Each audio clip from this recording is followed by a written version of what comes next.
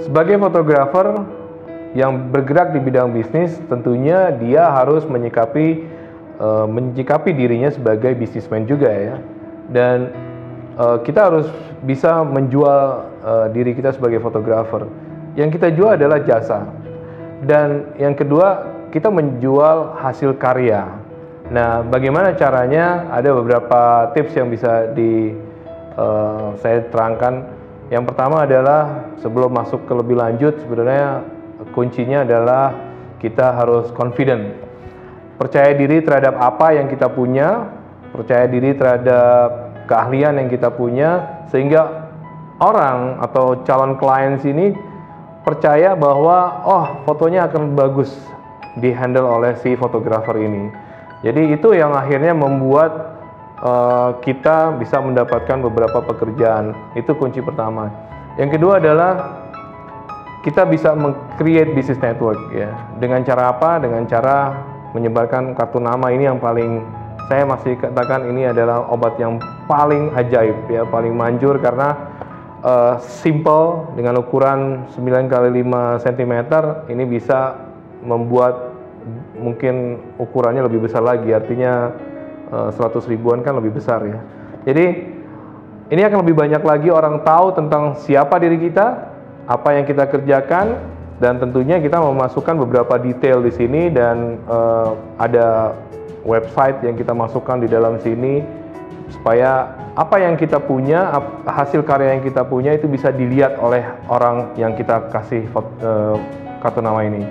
Berikutnya adalah bisa membuat satu portfolio. Yang saya sering buat adalah composite folio seperti ini, dan tidak terlalu banyak bercerita. Kita hanya menampilkan karya-karya apa yang saya pernah kerjakan di sini sebagai portfolio dari hasil fotografi saya.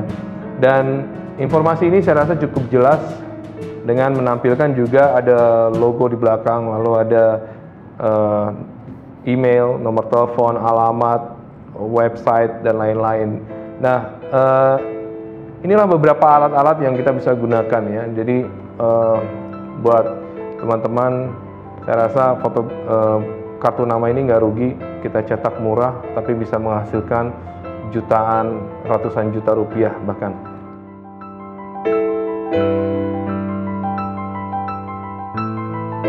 Ada beberapa hal yang kita bisa lakukan dalam bisnis fotografi. Yang pertama adalah menciptakan satu performance yang baik.